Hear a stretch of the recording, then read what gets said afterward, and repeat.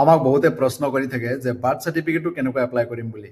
তো birth চাৰ্টিফিকেটটো apply কৰিবলৈ আপোনালোকক ৰিকুৱাৰ্ড ডকুমেণ্টছ হ'ব কোৰ্ট এফিডেভিট, আধাৰ কাৰ্ড যদি আছে, নাই যদি সৰু যদি পোৱালি হয় তেতিয়াহ'লে বেজি কাৰ্ডখন লাগিব। তাৰপিছত আপোনাৰ লাগিব স্কুল চাৰ্টিফিকেট আৰু লগত লাগিব গাঁওবুঢ়া চাৰ্টিফিকেট। এইকেইটা ডকুমেণ্টছ লৈ আপোনালোকে অনলাইনত ডিষ্ট্ৰিক্ট CSC বা সেৱা সেতু পৰ্টেলত আবেদন কৰিব লাগিব। আবেদন কৰাৰ 15-20 দিন পিছত এখন অৰ্ডাৰ কপি ওলাব।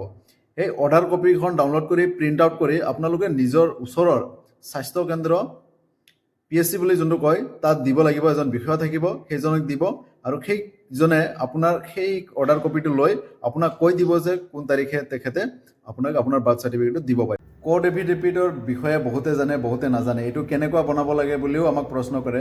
তো কোৰ্ট এফিডেভিট বনাবলৈ আপোনাৰ ওচৰত যদি আপুনি কোনোবা এটা উকিলক চিনি পায়, সেইজনক ক'ব যে মোক পলম হোৱা বাৰ্থ চাৰ্টিফিকেটৰ কাৰণে এখন এফিডেভিট বনাই দিব। তেতিয়াহ'লে সেই উকিলজনে বুজি পাই যাব, কাৰণ সিহঁতে সেইবিলাক কাম কৰি থাকে আৰু আপোনাক আধাৰ কাৰ্ড বিচাৰিব পাৰে, কাৰণ নামটো স্পেলিংটো চাবলৈ আপোনাক আধাৰ কাৰ্ড বিচাৰিব পাৰে। আৰু যি ডকুমেণ্টছ বিচাৰিব আপুনি দি দিব আৰু আপোনাৰ 1-2 দিনৰ ভিতৰত আপোনাক সেই এফিডেভিটখন বনাই দিব।